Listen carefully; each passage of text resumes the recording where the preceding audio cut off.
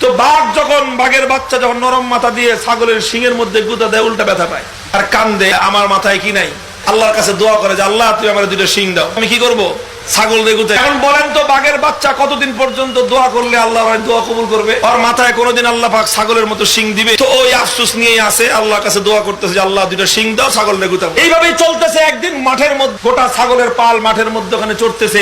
ওই মাঠের মধ্যখানে ছাগলের সব বাচ্চারা বাঘের বাচ্চা নিয়ে তামসা করতে, একটা মাথার মধ্যে, একটা পেটের মধ্যে, একটা পিঠের মধ্যে খালি গুতায়, আর বাঘের বাচ্চা খালি কান। থেকে বড় একটা বাঘ এই দৃশ্য দেখছে, দেখে তো বাঘের মাথা খারাপ, যে কোন যুগ আইলো? যুগটা কি? ছাগলের বাচ্চা বাঘের বাচ্চা নিয়ে খেলতেছে, আর বাঘের বাচ্চা ছাগলের গুতা খেয়ে কানতেছে।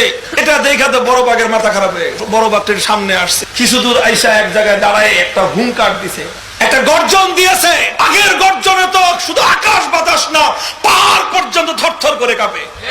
তো বাঘের গর্জন শুনে ছাগলের অবস্থা কি? সব ছাগল এই বাঘের গর্জনে যে যেদিকে পারে খালি প্রাণপণ দৌড়ায় আর দৌড়ায়।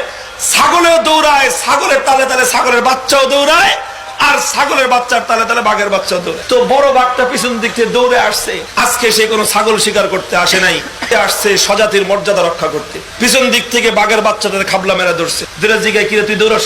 ছাগলে দৌড়াই জন্য আমিও দৌড়াই। ছাগল তো দৌড়াইবে।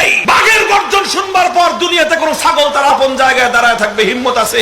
ছাগলের তো আত্মা শুকায় যায় বাঘের গর্জন শুনলে, এই জন্য দৌড়ায়। তুই দৌড়াস? তোমার আওয়াজ শুনে তো আমারও বুক শুকায় গেছে, এত জোরে মানুষ আওয়াজ করে। তো বাঘে বুঝতে পারছে যে ওর সমস্যাটা আসলে কোথায়, কেন ওকে নিয়ে ছাগলের বাচ্চা খেলতেছে। এর বাচ্চা ওরা ট্রিটমেন্ট করতে চায়, ওরা ধরে নিয়ে গেছে একটা জঙ্গলের ভিতরে একটা পুকুরের কাছে। পুকুরের ঘাটলায় নিয়ে যায়, কয় যা পুকুরের ঘাটলা থেকে পানি খায়। এখন তো বাঘের বাচ্চা নামতে চায় না, সারা জীবন থাকছে ছাগলের সাথে, চরিত্র হয়েছে ছাগলের মতো। ছাগল তো পুকুরে ঘাটলায় নেমে পানি পান করে না, ছাগল চুঙ্গার মধ্যে পানি খায়। এই বাঘেও সারা জীবন চুঙ্গায় পানি খেয়েছে। আজকে যখন বড় বাঘ ওরে দাবরানি দিছে, বড় বাঘের দাবরানি খেয়ে পুকুরে নামছে। নেমে যখন পুকুরের স্বচ্ছ টলটলে পানির মধ্যে মুখ দিছে, তো চেহারা ভেসে উঠছে। তো প্রথমে তো ভয় পেয়ে গেছে যে এর মধ্যে বাঘ আসলো কোত্থেকে।